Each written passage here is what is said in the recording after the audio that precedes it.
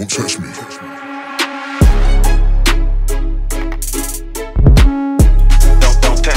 touch me. צהריים טובים. צהריים טובים לכולם. צהריים טובים.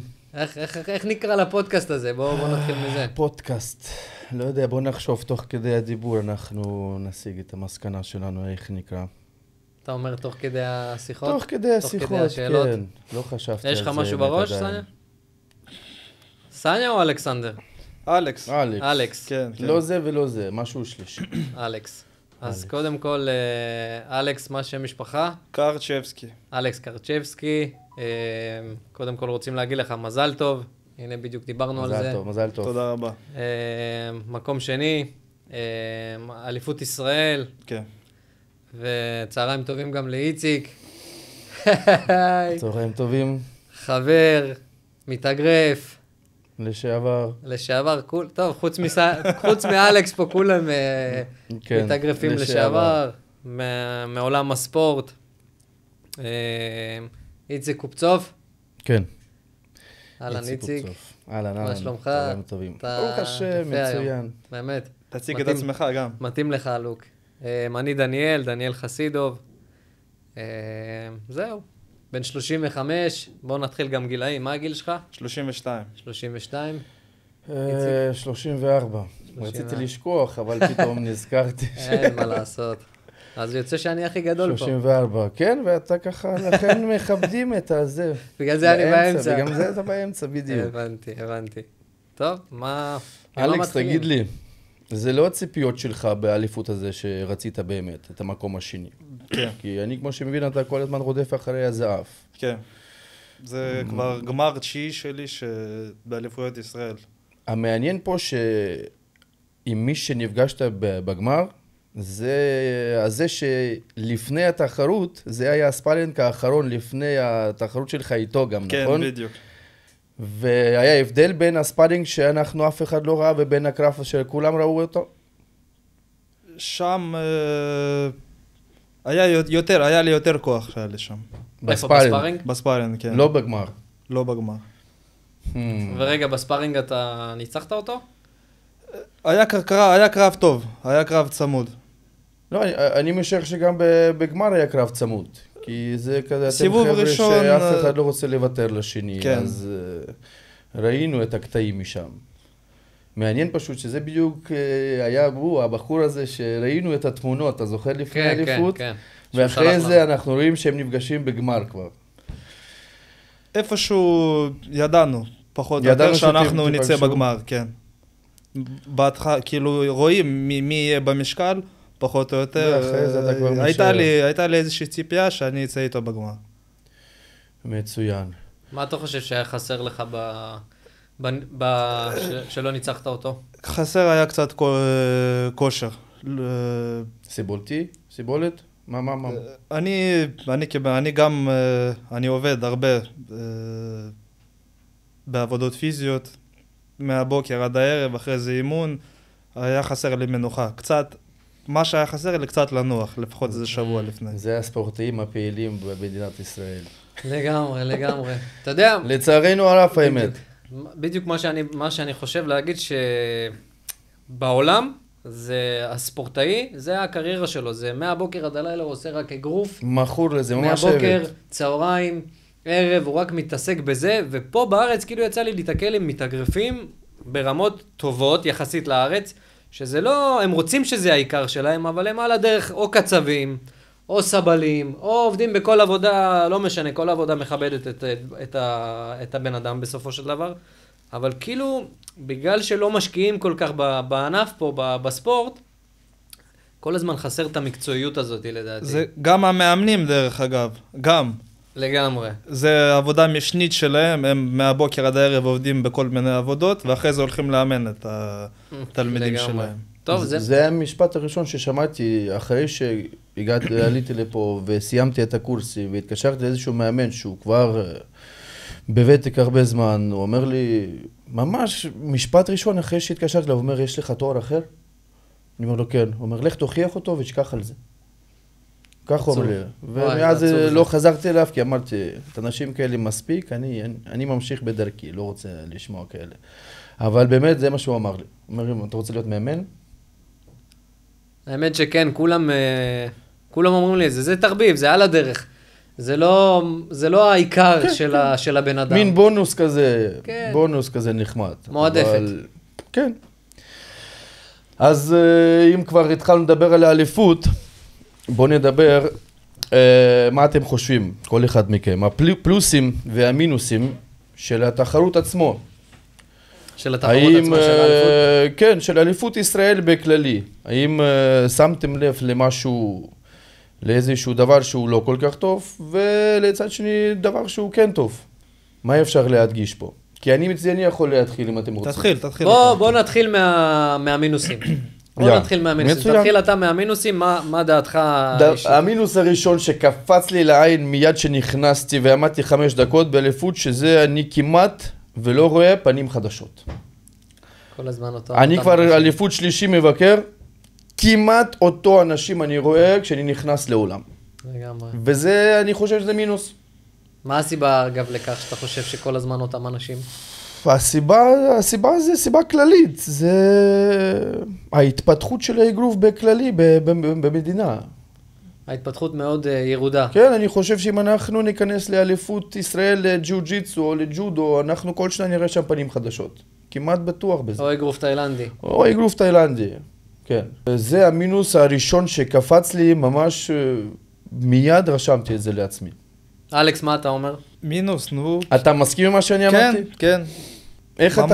איך ידעת עם מי תיפגש בגמר? כי אתה יודע, כבר מכיר את כולם שם. פחות או יותר, כן. זה בדיוק יש המינוס. 2-3 אני יודע. מתחרים, וזה גם מתחרים משנה שעברה, וזה גם אותם האנשים שאתה עושה איתם ספארינג, ובזה זה נגמר. זה לא מעניין בארץ, את הקהל. אנחנו צריכים להגיע לנקודה למה. השאלה אם יש דרך להביא את הנקודה הזאת שזה כן יתחיל לעניין, כי בסופו של דבר, הג'ודו כן מעניין, האגרוף תאילנדי כן מעניין, הג'יו-ג'יטסו כן מעניין, הטייקוונדו, מעניין מאוד. הטייקוונדו, עזוב, לא שאני מזלזל בה, עזוב טייקוונדו. ממש לא לזלזל. עזוב כי- טייקוונדו, קפוארה. אחי, יש לי מאמן קפוארו, אלפים של התלמידים יש לו. אתה מבין? כמה אלפים של תלמידים, כמה בתי ספר פה במדינה. מטורף, יש רשתות, אני גם אתה לא מכיר מבין מישהו. כמה חבר'ה. אז מפוצץ. אז איפה נופל האגרוף? איפה נופל כנראה האגרוף? שמצאת מילה טובה, הוא נופל. תקשיב, אני מתחת התאמנתי, כל מה אני שאמרנו. בטוח שפה, גם אתה וגם אתה, אני התאמנתי באגרוף תאילנדי, אני התאמנתי בג'ודו, אני התאמנתי, אבל אגרוף קלאסי זה בעיניי, זה שחמט, זה שחמט ממש באמת של אומנות. הספורט. כן. זה גם זה הבסיס של הכל. קודם כל זה הבסיס של הכל, אבל בעיניי זה אחד באמת הספורטים הכי יפים והכי כיפים, ואתה שם עובד גם על סיבולת, גם על לב, אתה צריך להקשיב למאמן, אתה צריך לחטוף מכות, אתה צריך לנשום, אתה צריך לתת. הראש שלך עובד נקרא לגזרים, וכאילו במשקולות הוא הכי למטה. מה הסיבה? איפה זה נופל? איפה זה נופל? השאלה אם זה רק בארץ, או זה בכל העולם, כי אם אתה מסתכל על העולם, אם זה רוסיה, אם זה ארצות הברית, אם זה קובה, שזה קשה מדינת עולם להגיד שזה שלישי. בכל העולם. קשה אז להגיד מה, שזה רק בכל העולם. בארץ? אני חושב יש בזה משהו חיובי גם. שמה? שאנחנו כמאמנים הצעירים אפשר להגיד, זה החבר'ה האלה שבאמת מעניין להם לפתח את זה. ושזה יבוא לרמה גבוהה יותר ממה שאנחנו עכשיו נמצאים. בזכותנו? אני חושב שההתחייבות הוא עכשיו עלינו גם. אבל אתה מסכים איתי למרות שאין לנו הרבה דלתות פתוחות בדיוק. בשביל זה. אין לנו עזרה, אין לנו עזרה. מסכים, סליחה. אין לנו עזרה מכלום, אחי. גם אני עובד בשתי עבודות, גם אתה עובד בשתיים-שלוש עבודות, גם אלכס בכלל עובד בשלוש עבודות. מה גם עושים? יש פה כזה מצב שרק מהמגזר הרוסי והערבי. זה כן. ישראלים ממש ממש מעט. יכול להיות שזה גם משפיע. כי בתאילנדי, בטייקוונדו, הרבה ישראלים. כל המגזרים. מה, כן. הישראלים לא רוצים לשלוח איפה שיש ערבים?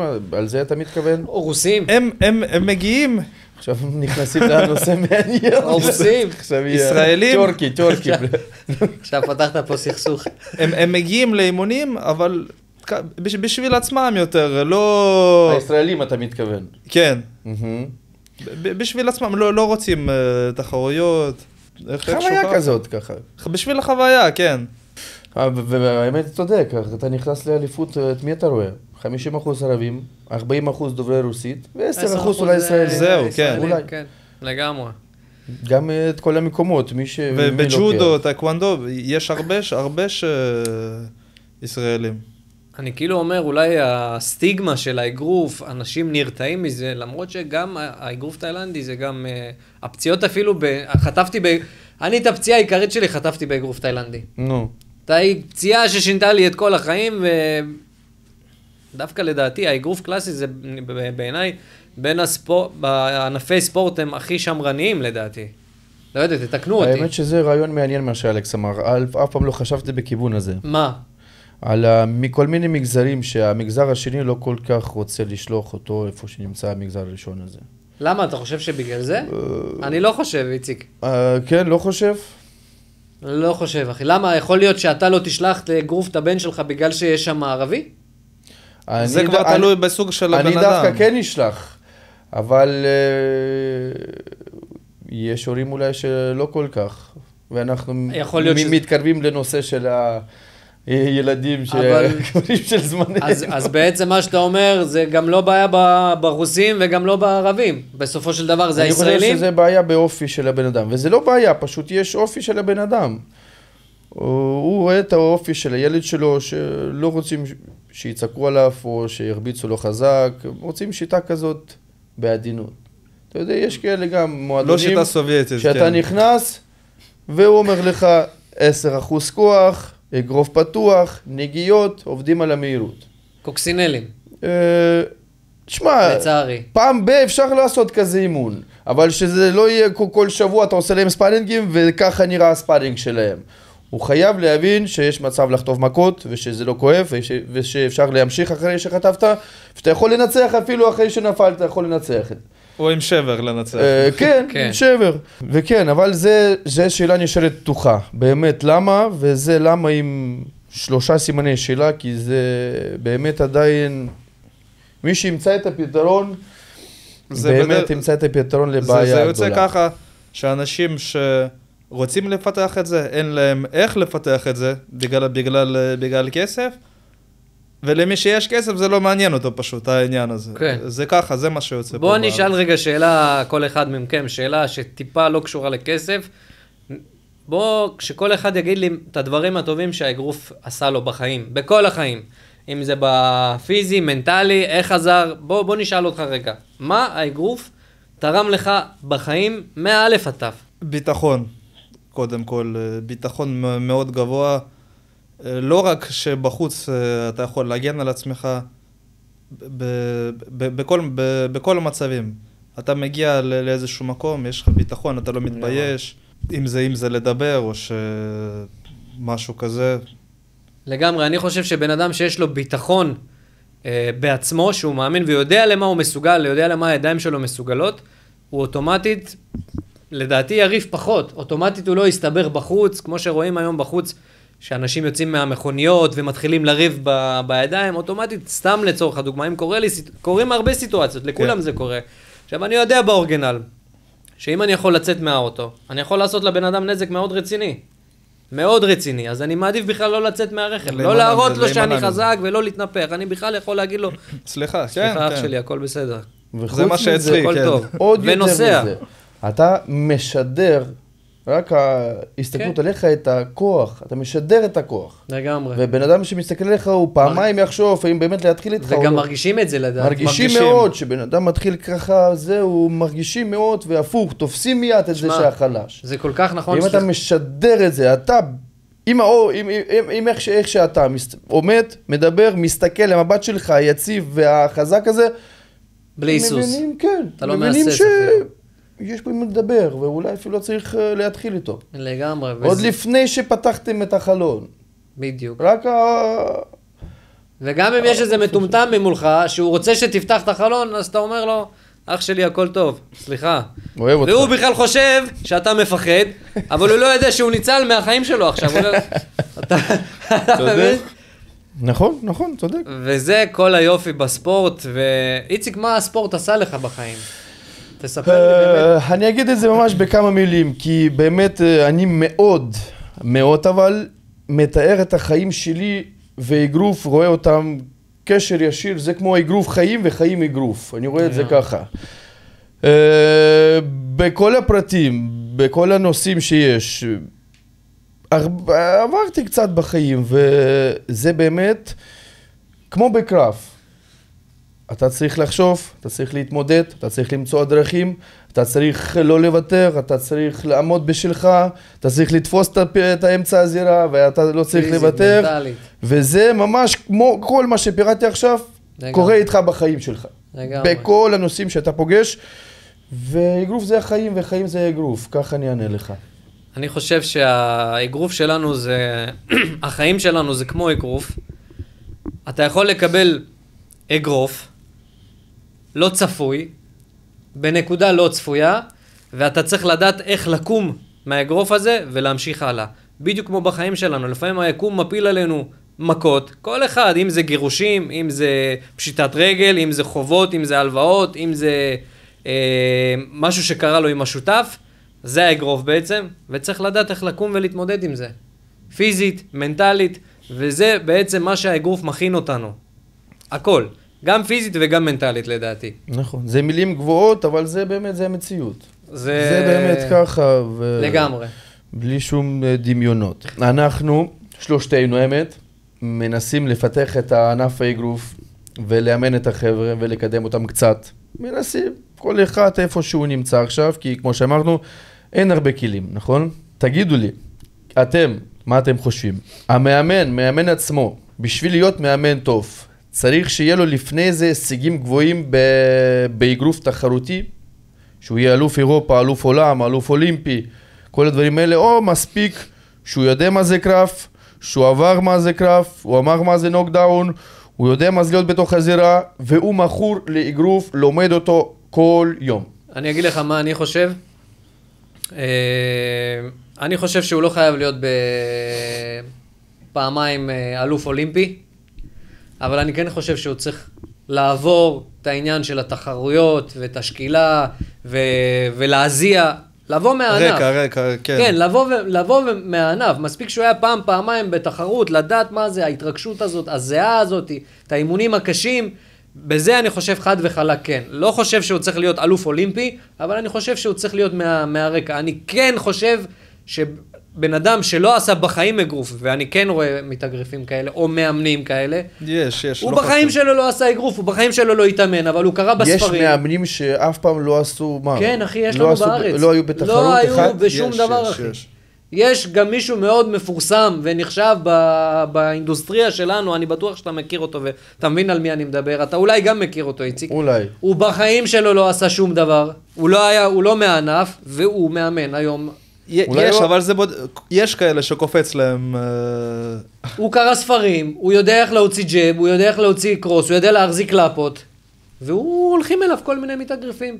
עכשיו אם אתה שואל אותי אם זה נכון, אני חושב שזה לא נכון. כי בסופו של דבר, אם אני, סתם לצורך הדוגמה, נהג מרוצים, ובחיים שלי לא נהגתי על רכב, אני לא יכול ללמד את הבן שלי איך הוא צריך לנהוג. ואם אני אשאל אותך, ואם הוא נותן תוצאות, החבר'ה שלו, כן. מצליחים מנצחים באליפות ישראל, והוא אף פעם לא היה באליפות ישראל? נגיד. היו, נהיה אלוף ישראל, והוא עכשיו נכנס לנבחרת לנסוע לאליפות אירופה, ושם נגיד לוקח איזשהו מקום חמישי, לא יודע. צריך ללכת ללמוד אצלו, אחי. איך הוא עושה את זה? אני לא יודע, אחי. כי אני חושב התוצאות קובעות. התוצאות לגמרי קובעות, אחי, אבל אני אשאל אותך שאלה אחרת. אתה מסתכל על תוצאות. מה אכפת לך מי הוא בכלל? אני אגיד לך משהו אחר. אם הוא נותן לך תוצאות, אתה צריך לחשוב מי הוא. שאם הוא היה מתאגרף ועבר כמה פעמים, אני חושב שהתוצאות של אותו בן אדם שהוא אימן, היו עוד יותר גדולות. יש מצב לזה גם. זה לדעתי נכון, אחי. כי אם הוא לא יודע, אחי, את מה שהבן אדם, המתאמן, עובר באימון עצמו, בקשיים הפיזיים, בקשיים המנטליים, אחי, זה הרבה דברים מנטליים, והוא קרא ספרים, אחי, והוא לא יודע את זה על הבשר שלו, אולי הוא מפספס כמה נתונים מאוד חזקים במתאגרף הזה. אתה לא מסכים איתי? אני מסכים איתך בזה, אבל אם אתה אומר לי ככה בשקילה את הניסיון שלו נגד התוצאות, אני הולך לכיוון של התוצאות. של התוצאות. אתה מוותר על זה שהתוצאות יכלו להיות יותר גדולות. אם היו לוקחים מאמן אחר עם אותו... אני מציאותי, אני רואה מה שיש עכשיו. מה שיכול להיות זה דבר שלא בא לעולם בינתיים, ואנחנו חושבים על משהו שהוא לא קיים. זה קיים, יש לו עכשיו מדליה בידיים, ואותו הביא את המאמן הזה שאף פעם לא היה בזירה. נכון. יש. למרות שאני חושב שהוא כן צריך להיות בתוך הזירה ולספוג את הדם ולהרגיש ככה יושב על הברך אחד ומנסה לתפוס את הכבד שלו נשימה עמוקה, אבל... אחי, הוא לא יודע מה זה לקבל מכה לאגרוף לכבד. הוא לא יודע איך נושמים, הוא לא יודע מה צריך לעשות בסיטואציה הזאת. לא יודע. מה אתה אומר, אלכס? צריך להיות רקע למאמן. לפחות בשביל מה להציע לספורטאי שלך בזמן שקרה לו את זה. כן, כן אחי, אתה לא יודע. כי אם לא חווית את זה, מה תציע לו? במה תעזור לו? איזה עצה תיתן לו? כן, אתה לא יודע מה לתת לו. אתה לא יודע מה להגיד לו. אלא אם כן קראת בספר ואתה לא יודע. כי יש היום בסופו של דבר בספר הכל. יש לך היום הכל, אחי. גם מלמדים אותך איך להיות עבריין. ביוטיוב, כן, הכל יש בה. יש לך היום את הבינה מלאכותית, אתה לא צריך כלום היום בשביל זה. שמעתם על הנושא הזה לפות אונליין? ראיתי. להחזיק לפות באונליין. בזום. בזום יש בן אדם, הוא אומר לך, 1-2 התחמקות ימין אחורי, נגיד. ואתה עושה ממש מול המצלמה איתו, אתה זורק לו באוויר. זה מין כמו קרפצל, מין שדו בוקסל, אבל הוא נותן לך את התרגילים מה אתה אמור לעשות עכשיו. ראיתי את זה. אני חושב שאנחנו צריכים לעזוב את המקצוע שלנו. יש, כל אחד מנסה, כן. לפות באונליין, זה לאחרונה נודע לי לפני כמה חודשים. תשמע, אנחנו צריכים גם לזרום עם הזמן, אתה מבין? צריכים להיות מודרניים? לא יודע, אבל לא צריכים ממש לדחוף את זה לפינה שם. אולי יש בזה משהו. אולי אנחנו פספסים משהו. למרות תשמע, בסוף סוף על הלפות לא נבנה האגרוף עצמו. הלפות זה הכלי, סך הכל. כן. למרות שאני מעדיף שיעבדו על השק ממה שלפות. יותר מלפות. כן. בוא'נה, אגב, אנחנו כולם מאמנים. אני נהיה לי בזמן האחרון שאני מחזיק לפות, במיוחד לבחורים שהם לא מקצועיים. ויש לי כאבים חזקים במרפקים, יש לי דלקות טניס אלבו, קיצוניות. מה עושים? אחי, אני לא יכול להרים כיסא, אני לא יכול להרים 2 קילו עם היד. זה חסרונות של המאמן. כן. אבל יש כאלה לפות. זה טראומות מקצועיות. אתה צריך עם האלה, יש עם הידית, וזה פחות... מתקות כאלה. כמו מתקות. מתקות, כן, צריך לעבור רק על המתקות, אבל זה עדיין לא... אבל שם זה רק מהירות, כמעט זה בדיוק, זה לא אותה תפיסה עם ה... כן, כן, צודק. צריך לגוון. כפות ידיים שלי נהיו חולות. פעמיים כבר עברתי טיפול, זריקות לימין שלי. עכשיו הציעו לי זריקה גם בימין, איציק. חצי שנה תשכח על זה, אבל זה לא מתקן. סטרואידים הוא אמר לי. לא זוכר מה עשו לי. חצי שנה אתה לא חושב בכלל שתשכח על זה. אבל אחרי זה, כאילו בום, ואותו כאב חזר. אני אשאל אותך שאלה אחרת. למה אנחנו מתעסקים במה שאנחנו מתעסקים אם אנחנו לא מרוויחים מזה כסף כמו שצריך, ואם אנחנו נפצעים, וגם בסופו של דבר, שאתה אומר לבן אדם על אימון אישי 250 שקל או 200 שקל, הוא גם פותח עליך עיניים ולא מבין על מה. בואו תענו לי רגע, שניכם. תפסת אותי בפינה, למה? למה? כי אנחנו אוהבים את זה. כי אנחנו חיים את זה, אוהבים וחיים את זה. אבל אתה מכיר את זה שאתה חי עם מישהי שאתה אוהב אותה, אבל היא עושה לך רק לה ואין ממנה שום נתונים ושום דברים טובים, אז אתה צריך לפעמים לוותר עליה. אולי באיזשהו שלב אני אתייאש, אבל בינתיים שהיא מכינה לי קצת את האוכל, אז אני חי איתה. אני רוצה שכל אחד יציג את עצמו ויספר בעצם מה הוא עושה, איך הוא תורם, מה התפקיד שלו, מאמן, כושר, תזונה. בוא איציק, תספר לנו קצת רגע על עצמך, מה אתה עושה, איך אתה יכול לעזור לנוער, לכל אמא שפונה אליך, לכל אבא שפונה אליך, בעצם מה השירות שלך נותן?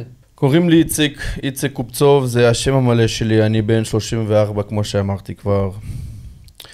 לפני כמה כבר? 2.5 עליתי לארץ.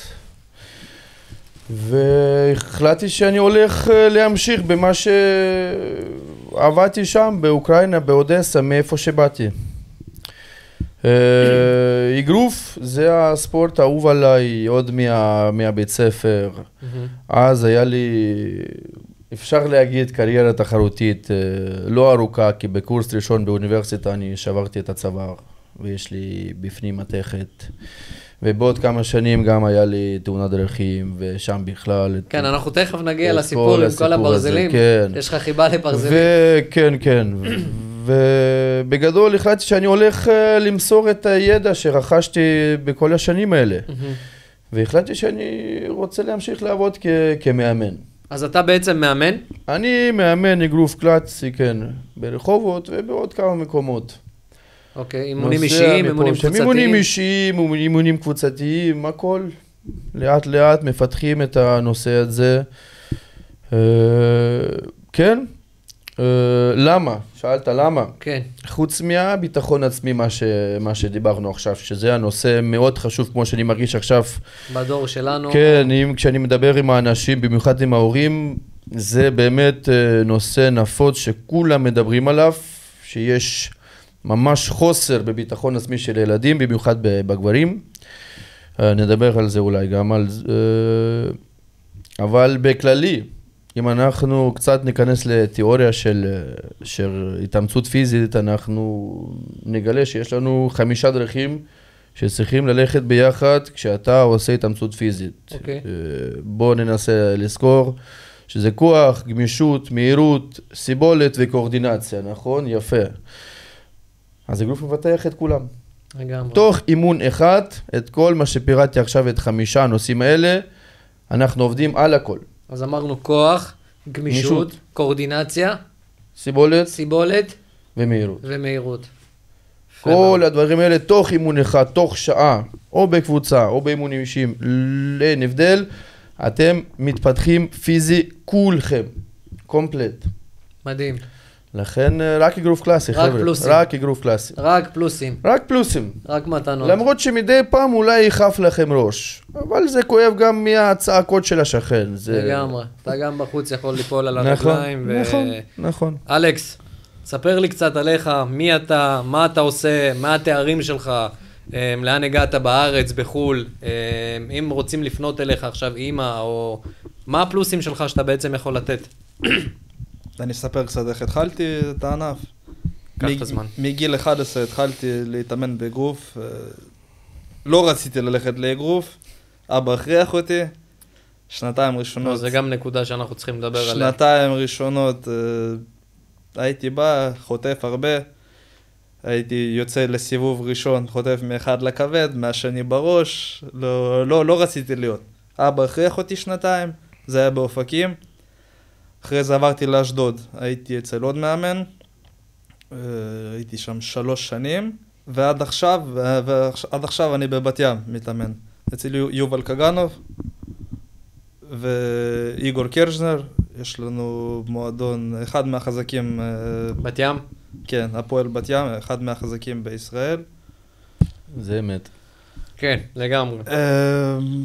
זהו, אחרי 2 של המלחמה עם אבא פתאום... נפתח לך? כן, בהתחלה לא רציתי להתאמן, אחרי זה לבד רציתי להתאמן. כמה? 21, 22 שנה אני בענף. הייתי ב9 גמרים של אליפות ישראל. הייתי או ראשון או שני. 3 פעמים אלוף ישראל. מתאגרף מקצועי, פעיל עד עכשיו.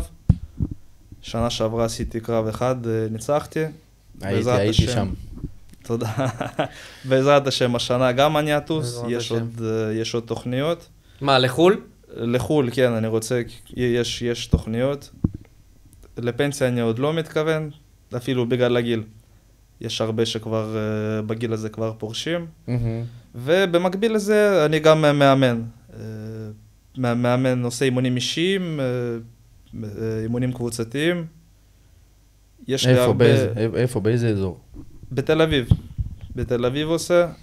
יש הרבה ניסיון, הרבה ידע, מה שאני יכול להעביר. ואני גם דוגמה אישית לילדים של הנוער שעכשיו גודל, שפחות ישתמשו בסמים, אלכוהול, שילכו להתאמן.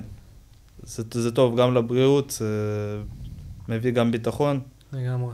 זהו איכשהו. בעצם, אם פונה אליך עכשיו הורה והוא נמצא ברמת גן, אתה יכול להגיע אליו גם לרמת גן, או שזה רק בתל אביב? אני יכול להגיע. אתה מגיע גם עד בית הלקוח? כן, כן, יכול להגיע. הבנתי אותך. אבל המקום...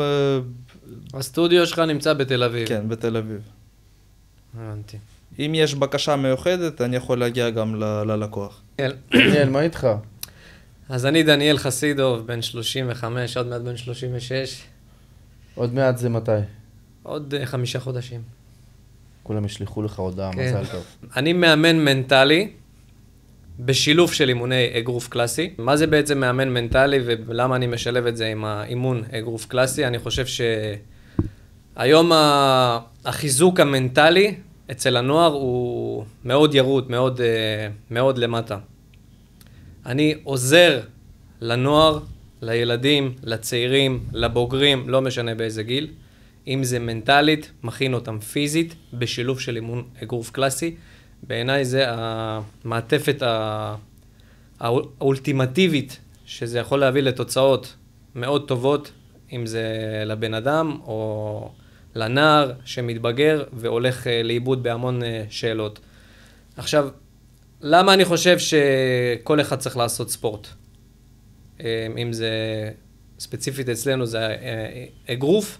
לדור של היום אני חושב שזה משהו שיכול להציל לבן אדם את החיים. אם זה בבחינת ההחלטות שלו, אם זה מבחינת הקשיים שהוא עובר באימונים, אם זה מזה שהוא מכיר מאמן, אם זה את איציק, אם זה את אלכס או אם זה עם דניאל, שהוא יכול לבוא ולדעת שיש מאמן עם ראש על הכתפיים, שהוא יבוא וידבר איתו ויתחלק איתו, והמאמן ידע לתת לו עצה נכונה והכוונה נכונה, אם זה לחיים ואם זה ליום יום שלו. עכשיו, כמה שהאבא לא יהיה החבר הכי טוב של הבן שלו, בסופו של דבר, הילד לא תמיד מרגיש בנוח לדבר על הכל עם האבא או עם האמא, אבל עם המאמן, יש לו איזה מומנט כזה שהוא יכול לדבר איתו על הכל. לפחות לי זה היה ככה, ואני בטוח שאתם עכשיו תוך כדי השיחה, וואלה, כן, יש בזה. אני עם המאמן שלי יכלתי לדבר איתו על הכל, על משהו שיכלתי להתבייש לדבר עם אבא שלי, לא כי הוא אבא גרוע, כי יכול להיות שאבא לא יבין, או יגיד, וואלה, קוקסינל, וואלה זה, וואלה. המאמן יכל לבוא ולתת לי הכוונה נכונה. עכשיו, כל החברים שלי מעשנים, כל החברים שלי עשו סמים, כל החברים שלי עשו דברים שאני, בתור הספורטאי היחידי, תמיד ידעתי לא לעשות את זה. אני עד היום לא מעשן סיגריות, אני עד היום לא שותה, יכול לשתות כוס יין. עכשיו, זה לא כי אני איזשהו חכם או חזק, זה בגלל שהיה לי את העניין הזה שנקרא ספורט. להתאמן, לקום, לרוץ, לעשות, מאמן נכון, הכוונה נכונה. בגלל זה כל ההורים חייבים לקחת את הילדים שלהם לספורט. לא משנה איזה ספורט, הורים יקרים. אם זה שחייה, אם זה שחמט, אם זה אגרוף, אם זה טייקוונדו, כל אחד. מסגרת חייבת להיות, אני פונה אליכם. מעניין למה בוחרים את זה? הרי זה הדרך הקשה יותר, לא? אתה צריך להיות במשמעת רוב הזמן שלך בחיים. יש לך לקום בבוקר לריצה, יש לך אחרי זה לאכול, אחרי זה לימודים, אחרי זה אימון, אחרי זה עוד פעם ועוד פעם. הכל מסודר. זה לא חיים קשים יותר ממה שחיים עם הפקרות יותר, ובוחרים את זה. עבודה קשה משתלמת. עתידית, היא תשתלם לכל ילד וילד. זה כמו שאלכס אמר... hard work pays off. בדיוק. לא רציתי ללכת. גם אני לא רציתי ללכת. גם הילד שלכם לא רוצה ללכת לבית ספר ואתם מכריחים אותו. ובסוף, אחרי שהוא יסיים את הבגרות, הוא יגיד לכם תודה. אותו דבר, הילדים שלא רוצים ללכת לאגרוף, יש מצבים בחיים שצריך להכריח אותם. לדחוף אותו קצת. בדיוק. אחרי שנה, שנתיים, 3, הוא כבר יתמכר לזה, במיוחד שהוא יראה את התוצאות, במיוחד שהוא ירזה, במיוחד שאתם תראו תוצאות מנטליות, פתאום החשיבה שלו אחרת, פתאום הוא נהיה עם קוביות, פתאום נהיה לו שרירים, פתאום הוא לא מפחד בבית ספר, פתאום לא מתעסקים איתו בבית ספר, כי הילד שהתעסק איתו קיבל אגרוף לפנים, וזה בסדר לפעמים להרביץ. אם מרביצים לך, צריך להרביץ. אם לא תרביץ, עכשיו יגידו לך נו. שיגידו נו, תמיד יגידו אלה, יגידו נו, וגם יגידו שיסכימו איתי. אתם לא חושבים? כן, כן. לא, אני חושב שמדי פעם יש מצב...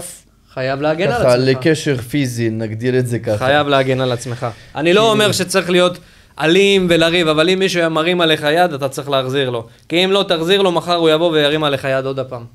כן, ואם לא הוא, אז החבר שלו. אם אתה לא תציב את הגבול הזה, ואת הגבול הזה אתה לומד אצל איציק, אצל אלכס או אצל דניאל, אף אחד לא יתעסק איתו.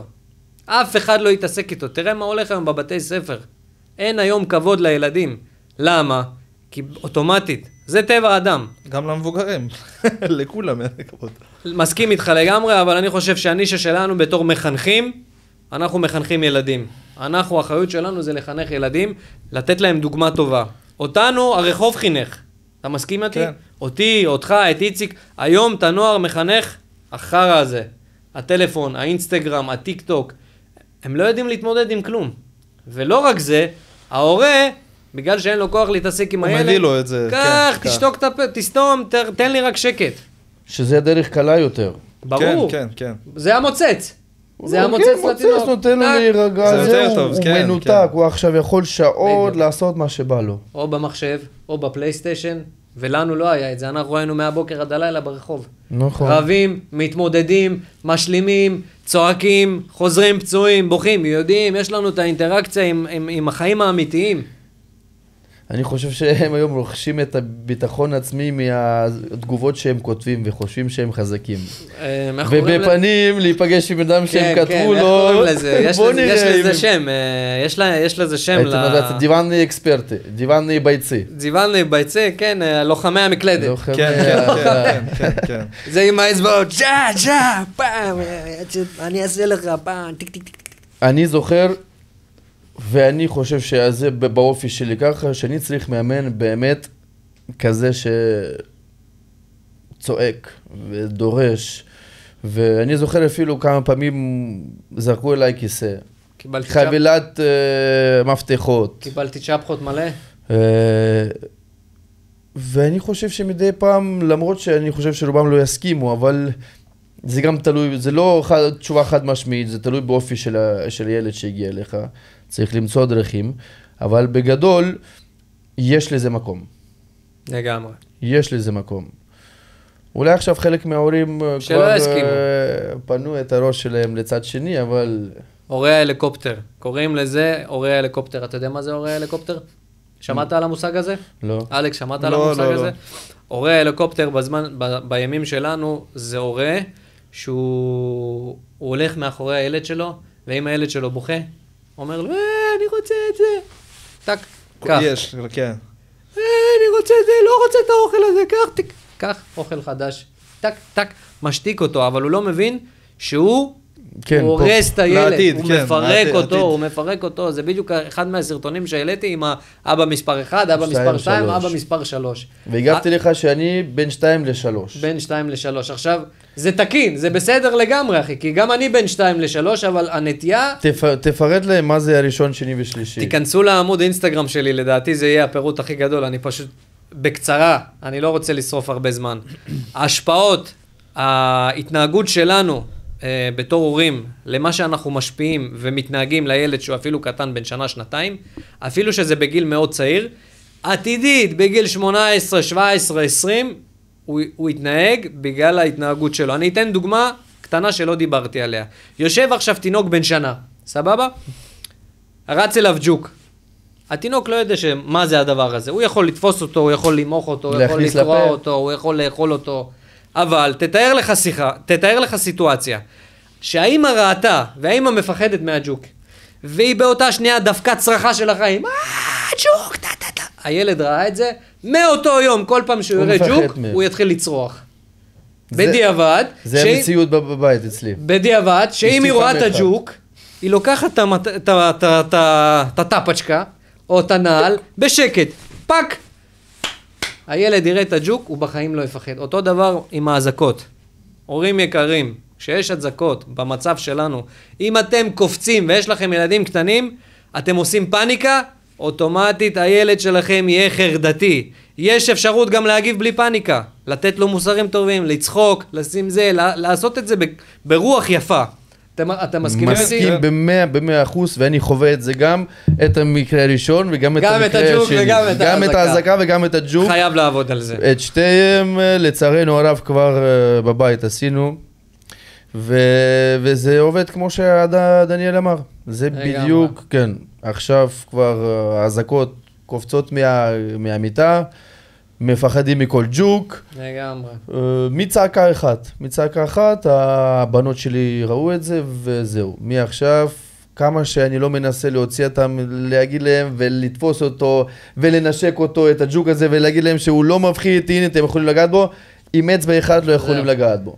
לא מתקרבים אליו בכלל. ראו את זה פעם הראשונה והם קיבלו את זה נפשית, בתת מודע, שככה צריך להתנהג. זה הכל. כן. אתם רוצים שהילדים שלכם יהיו מחונכים, תחנכו את עצמכם, והם יתחנכו כבר עם הזמן. כן, כי במקרה הזה יוצא, זה מין רחמנות, אבל הוא בעצמו שזה אכזריות יוצא. לגמרי. אתה עכשיו כאילו בהתחלה מרחם, כן. אבל אם אנחנו עובדים קצת לארוך, אז רואים שזה אם אתה חושב על זה לעומק, אתה מבין שזה... שבאמת ממש לא עזרת לו, המצב יהיה יותר גרוע ויותר גרוע. לגמרי, לגמרי. אנחנו מתקרבים כבר לסיום קצת, נכון? כמו שאני מבין. אז בוא נשאל אתכם שאלה מעניין מה אתם תגידו לי. בוא נתחיל מאלכס, מעניין. בכל ההיסטוריה של אגרוף, לא צריך לעכשיו 10 שנים האחרונות, 20, זה כל ההיסטוריה של כמה, 150, 200 שנים, פחות או יותר. איזה 3 מתאגרפים אתה הכי הרבה אוהב? הכי אוהבים עליך? נו, קודם כל מייק טייסון. זה כן, ממנו אתה מתחיל, זה מספר ראשון אצלך. כן. אם אתה פותח את המועדון, התמונה הראשונה אתה מכניס את טייסון. כן, אני אוהב אותו יותר, אפילו שמוחמד עלי נחשב אגדה. אני אוהב את הסגנון של טייסון. אני גם באותו סגנון מתאגרף, זה מי שבעבר. תוקפני כזה, קיצור. כן. טנק. זה מאוד מעניין מה שהוא מדבר עכשיו. מי שעכשיו, טרנס קרופורד. מצוין, יפה. שלישי, ארתור ביטרביב, אני חושב, הייתי אומר עליו. בכל ההיסטוריה של אגרוף אני שאלתי אותך. זה מי שעכשיו, אתה פשוט עכשיו כן, זה מי שעכשיו עולה לי לראש. זה המתאגרפים. מעניין. אז מתחיל מטייסון, מה השני אמרת? קרופורד? כן, ביטרביב. ארתור ביטרביב. דניאל? תשמע, אני אתחיל ג'ורג' פורמן. הופ, אני מאוד אוהב אותו. מעניין, תשובה מעניינת. למצ'נקו. זה באמת אהוב עליי. אם זה הקור רוח, המנטליות, הרגליים, אני חושב שזה בין המתאגרפים הטובים היום. אגב, סליחה שאני קורא אותך, הקרב שלו עכשיו שהיא... מדהים. קמבוסס. אוסטרליה זה, קמבוסס. לפי האחוזים, תחלק אותם. למצ'נקו. את 100%. כמה? 60, 40, 70, 30, אני אגיד לך, 55 למצ'נקו, 45 השני. קודם כל, אם לא כל הפציעות של למצ'נקו, זה בכלל 100% פה אין זה, למרות שהוא עכשיו השני בפיק קריירה שלו. יש לו מוטיבציה חזקה עכשיו לשני. בפיק קריירה שלו. לקמבוזס עכשיו. מה אתה חושב, איזה אחוזים? אתה אמרת שלמצ'נקו מנצח. כן. כמה אחוזים לניצחון שלו אתה נותן? אני חושב 70. 70 על 30. 70%, כן. אוקיי. יפה. ואמרת פורמן, לומצ'נקו ושלישי? מוחמד עלי, קסיוס קלה. יפה, מעניין. זה... מאוד מעניין. כל אחד, המתאגרף האלוף שלו, זה האופי של הבן אדם עצמו. לגמרי, הוא מתחבר לאישיות שלו. שמת לב, כל אחד מה שאמר. הוא מתחבר לאישיות שלו. הראשון הזה. אתה? כי אצלי באמת, אני כמו ששמתי לב, מכל השלושתם האלה, יש אחד שהוא יותר תוקפני. יותר כי תוקפני? אני אוהב אגרוף לעבוד מספר שני, או אני אוהב להזמין אותו אליי. אז אתה אוהב את למצ'נקו. לא, אני אוהב, בוא נתחיל, אני אמרתי בכל ההיסטוריה. לומצ'נקו זה רק 15 שנים אחורה. אבל הוא היסטוריה. הוא אולי עוד מעט יהיה, אבל יש היסטוריה כמו ריי רובינסון נגיד, שזה, שתבינו על מי מדובר, שהרוי ג'ונס חיכה אותו כן. עם כל התנועות שלו, שאתם כולכם מתפעלים מרוי ג'ונס, זה המורה שלו היה. ריי רובינסון. ריי רובינסון. אגדי.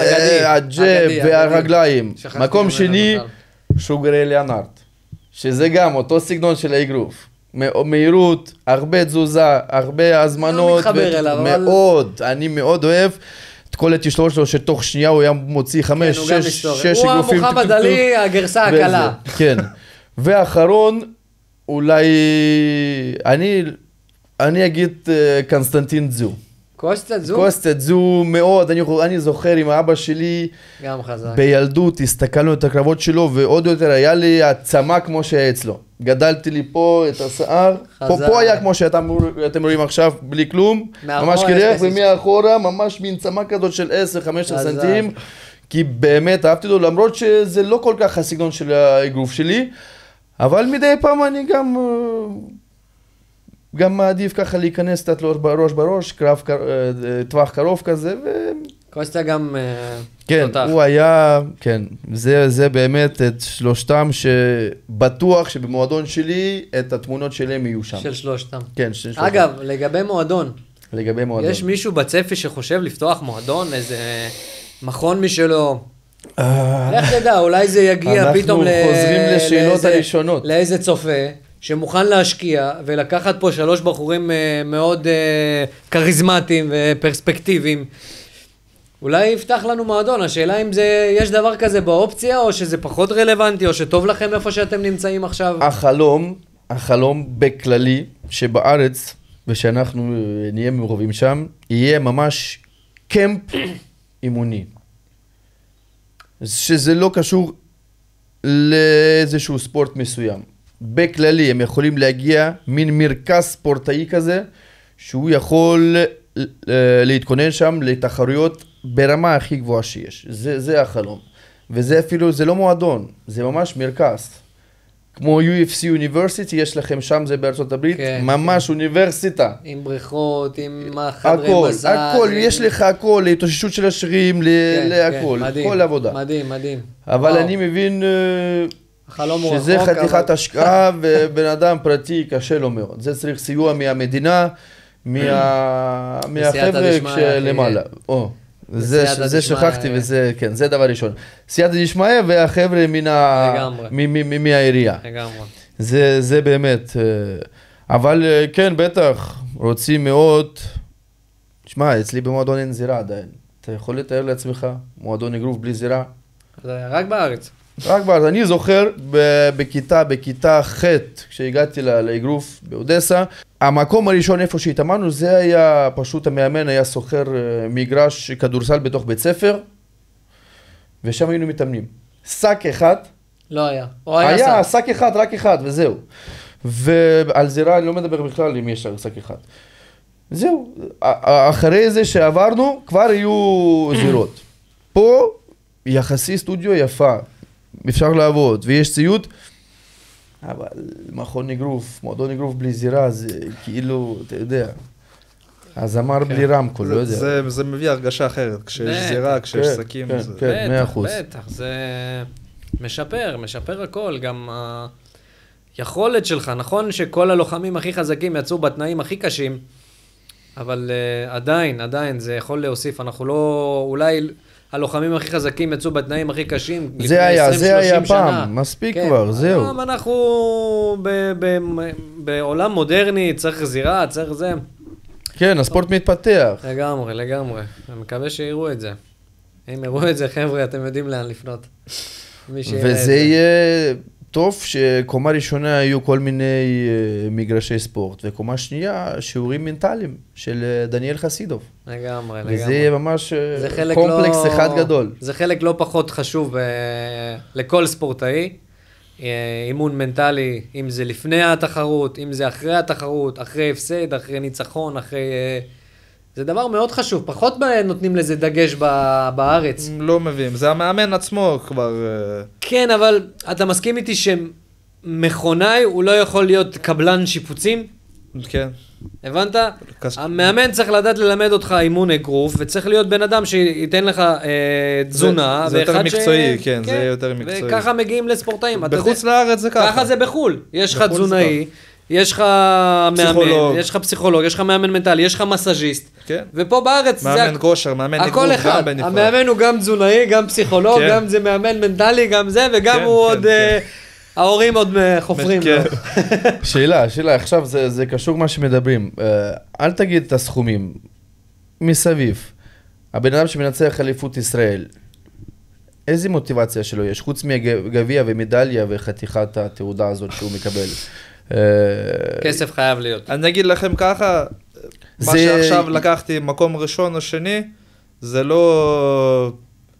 זה היה מביא לי פשוט וי שאני אלוף ישראל 4 פעמים. ואתה מבחינת כאילו כסף- נכנס לנבחרת בשביל לנסוע לאליפות אירופה. זה כל ה... אם- כאילו... כן, אבל תשים לאליפות אירופה או שהראשון מספר 1 או מספר 2. אבל מבחינת כסף, רגע, לא הבנתי, עכשיו, הראשון עכשיו שניצח אותך בגמר, קיבל משהו? קיבל גביע, מדליה ותעודה, זהו? זהו, כן, כסף, שום דבר. שום דבר. אפילו- ואופציה, אם יש אליפות אירופה או אליפות עולם, יש לו אופציה לטוס. אם הוא לא טס, לי יש לטוס אופציה. על חשבונו או לטוס על חשבונו. על חשבונו הוא על משלם חשבונו. על הטיסה? כן. שתבינו, אתמול הסתכלתי פודקאסט של היה. איזשהו חבר'ה מרוסיה. אתם יודעים מקום ראשון באליפות רוסיה, כמה מקבל? באגרוף? באגרוף קלאס. היה שם, אני לא הרבה, אבל... אני ראיתי פודקאסט של קזחסטן. מזמן שהקרמליוף עלה להיות ראש הוא אגודה משקיע, אגרוף, כן. הוא מטורף. הוא משקיע. אתה יודע כמה? אחי, הוא מקום מטורף, ראשון זה בין- 500,000 רובל. כמה זה בשקלים? בדולרים? זה $5,000 נראה לי. $5,000? 5,000 דולר. 17,000 שקל. מכובד מאוד. וזה חוץ מזה, בגלל אתה נכנס לנבחרת רוסיה, ויש לך מלגה כל חודש. כן. פה כשאתה אבל- בנבחרת יש לך מלגות? איזה מלגות? אין פה כלום. מה, אין שום סיוע? באגרוף. כלום? שום דבר. אז מה אנחנו אבל איך מדברים? אתה- קצת, היינו העירייה- יכולים לשאול את זה בהתחלת השיחה והיינו סוגרים אותה. עירייה קצת יכולה לתמוך. מה, וכל החליפות האלה של זה, מי מחלק? מי משלם על זה? ההורים לבד. של הספורטאים? או שאתה לבד, כן, אם אתה יותר צעיר, ההורים עוזרים. אז בגלל זה הרבה- אנחנו צריכים להזמין לפה איזשהו נציג של עירייה ולשאול אותו את השאלות האלה, למה זה קורה ככה? עזוב. באמת עירייה לא מעניינת אני- בהתפתחות הספורט. אז בוא אני אגיד וזה. לך משהו, אני גר ברמלה, ואני זוכר לפני איזה שנה ומשהו, הלכתי לעירייה במשך חצי שנה, אני זוכר את הסיפור הזה. כל יום היו אומרים לי משהו אחר. לא, תפנה להוא, תפנה להוא, תפנה לזה, אתה בא לשם. תחזור כן, לזה. יש לך מקום, כמו שלי ולך, אתה זוכר. נתנו לנו כן, היינו מקום, גם פעם. 50 מטר, שזה גם קפוארה, גם ריקודים סלונים, גם ג'ודו, גם זה, ואתה צריך לקלוט את ותתפוס את השקים. השעה שלך את הזאת, וזה שם יהיה לך אגרוף. איך אפשר לעבוד ככה? איך אפשר להכשיר מישהו? זה מה שאני אומר, אין מוטיבציה, יכול להיות אין מוטיבציה. שבגלל זה אנחנו דיברנו שאותו פנים, שאנחנו רואים אותם בתחרויות, אותו בני אדם, שפשוט כבר מכורים ולא צריכים שום מוטיבציה אחרת, חוץ מזה שהם אוהבים את האגרוף. אבל... כן, או שצריך לנסות לשנות את הגלגל. רגע חבר'ה, אבל הפלוס, לא דיברנו על הפלוס. אני חושב בתחום שאין הזה. פלוס. יש פלוס. מה הפלוס? כשאני הגעתי היה עדיין הנוער התאגרף, וראיתי בנוער כמה חבר'ה, יש פוטנציאל. ששנה הבאה הם ייתנו קונקורנציה טובה לחבר'ה הבוגרים, לאותו פנים הישנות שאני ראיתי, יש בנוער, יש לנו כמה חבר'ה שיכולים לתת קונקורנציה טובה. וזה פלוס באליפות האחרון שראיתי. כן, אבל זה תלוי כמה זמן הם יישארו. תלוי כמה זמן אם הם הם יישארו. לא ינשרו, אם הם לא כי יראו- אחרי שעכשיו ענית לי על השאלה, יש מצב שהם לא יישארו, ילכו למכור את המכוניות. לא יודע. אם הם לא יראו או איזשהו ילכו משהו, לקפוארה. הם יכולים גם לעזוב את זה. זה קורה הרבה. לצערנו הרב, זה המציאות. עוד עבודה? בוא נסיים במשהו חיובי. כי אנחנו סיימנו בנקודה בשלילי? לא כל כך, כן. אני חושב, יפה, זה כבר התחלה טובה, אח שלי. אני חושב אתה חושב. שבסופו של דבר נשים רגע את הכסף ואת כל העניין, מספיק שבן אדם גם ילך לשנה, שנתיים, 3 לעשות אגרוף קלאסי, השנתיים, 3 האלה ייתנו לו לכל החיים הרבה כלים. דברים שהוא ילמד על עצמו, דברים שהוא יקבל, הכלים שהוא ידע מבחינת הגנה עצמית, מבחינת חשיבה, מזה שהוא יכיר חבר'ה, בואנה, אני עכשיו חושב על זה, החברים הכי טובים שלי זה כן. לחיים שלי, זה מהספורט. כן. שמה 100%. אני מוצא, אבא שלי תמיד היה אומר לי, אתה רוצה אנשים שיהיו באותו ראש, אתה תמצא אותם במכון. 100%. כן, זה ככה. לא יודע, לפחות אצלי כשאני מאמן קבוצות, או כשאני התאמנתי, יש את הכבוד ההדדי, יש את הלחיצת יד, יש דברים שמעבר, שלא מקבלים אותם ברחוב. ברחוב להפך, מישהו ינסה להוריד אותך, מישהו ינסה להשפיל אותך, מישהו בכוונה ידרך עליך. ושם להפך, אם אתה נופל, ייתנו לך יד, ינסו לעזור לך, ינסו ללמד אותך. זה נראה לי משהו שעד שאתה לא מגיע לנקודה ומרגיש את מה שאני אומר, אתה לא מצליח להבין את זה. ולדעתי, זה פספוס של כל ילד או של כל אותו הורה שלא דוחף את הילד שלו לעניין הזה שנקרא אומנות לחימה. ספציפית אגרוף קלאסי. כן. העיקר פה לא להגיע למצב שהאבא או אמא רוצים לעשות מהילד מה שהם לא הצליחו לעשות בעצמם. שלא ייכנסו לטעות הזאת. נכון. שאם באמת הם רואים שהוא רוצה להתפתח כזמר, לא יודע. צריך לדחוף אותו בעניין של הזמר? ולא לעשות ממנו מתאגרף, אתה אומר? אני אומר שהחלק העיקרי צריך לשלוח אותו איפה שהוא רוצה, בשילוב של על הדרך. על הדרך. אני מסכים איתך זה לגמרי. ייתן לו כלים, אבל... אני מסכים איתך לגמרי, אני חושב שזו נקודה מאוד חזקה, גם בהכוונה של ההורה לילד, שבאמת, כמו שאיציק אמר, לא לנסות לעשות את הילד משהו שאתם לא הצלחתם. אם אתם רציתם להיות עורכי דין, אל תנסו לדחוף לילד שלכם להיות עורך דין. אם הוא רוצה להיות צייר, תנו לו להיות צייר. בשילוב שתיתנו לו גם אופציה ללמוד. כן, יכול להיות צייר שהולך לאגרוף, יכול להיות, לגמרי, לא יודע, או רקדן מתאגרף. שהולך לאגרוף. כן. אני בהתחלה שלפתי, אמא שלי בגיל 5 שלחה אותי לריקודים. רקדתי. אני זוכר, סיפרת לי. ב-13 הלכתי לאגרוף, ורקדתי גם עוד שנתיים בזמן שהתאגרפתי. דרך אגב. ומה זה נתן לי? עם חבר'ה שהגעתי איתם, אחרי חודש כבר לא שמתי לב עליהם בכלל. סליחה שאני קוטע הם אותך. כבר היו בקבוצה של המתחילים עדיין, ואני כבר בקבוצה של המתחילים בגלל הקואורדינציה שלי. בזכות הריקודים. וסילי למצ'נקו גם התחיל בתור רקדן, ריקודי העם. בטח, ריקודי העם. לגמרי. וזה לדעתי נתן לו את הקואורדינציה עם הרגליים, אחד הטובות בעולם. 100%. אז שזה לא סותר. אצלי גם, אני לפני שהתחלתי להתאגרף, הייתי בטניס. הייתי הולך לשעתיים משחק טניס, אחרי זה שעתיים אגרוף. ככה התחלתי. ככה נבנים לוחמים. רגע, איך קראנו לפודקאסט? וואי, האמת שכחנו על השאלה הזאת. איך קראנו לפודקאסט?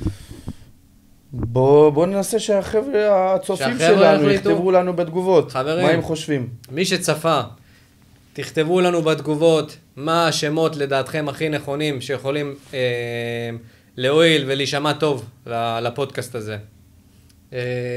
ובמיוחד, הפודקאסט עצמו, המטרה שלו. מה הייתה המטרה? מה אתם חושבים? אני חושב להעיר את המתים. מבחינת שיבינו שיש ענף ספורט שבעיניי מכל הענפים שיש בארץ, אם זה אגרוף תאילנדי, ג'ודו, ג'יוג'יצו, MMA, שבעיניי הוא צריך להיות הדובדבן שבקצפת, הוא בתחתית. לדעתי. אז מי האורחים יהיו? האורחים הבאים בהמשך. קודם כל אני רוצה להגיד שממש נהניתי בפודקאסט הזה. היה לי שעה טובה. באמת, היו פה שיחות מאוד מעניינות. כן, כי מעניין גם להזמין חבר'ה מענפים האחרים, מהנהלת של העיר, מעירייה. לא נגיד שמות, זה מאוד מאוד מעניין מהאיגוד. לדבר איתם, ולמה זה באמת קורה ככה במדינה שלנו. אולי גם מהאיגוד. שלא כל כך משקיעים. מהאיגוד של האיגוד. מהאיגוד, כן, יש לנו קשרים, ברוך השם, אפשר להזמין גם. אפשר להביא גם לוחמים, לוחמי MMA, מאמנים. כן, ולשאול אותם איך אצלהם זהו. גם באליפות MMA בארץ, גם מדליה וגביע, וזהו. בארץ אני חושב שכן. למרות שג'ודו אני יודע שנותנים קצת... תמריץ? כן. כן. לפחות נותנים ארוחה זוגית במקדונלדס, זה עדיף מכלום. אחרי השקילה. כן. חשוב מאוד. בסדר, תודה רבה לכם. תודה רבה לכולם. תודה רבה לכולם. דניאל, תודה לך באמת שאספת אותנו. זה לא אני. השם הזה. יפה. זה אני חושב סיום. יאללה חברים.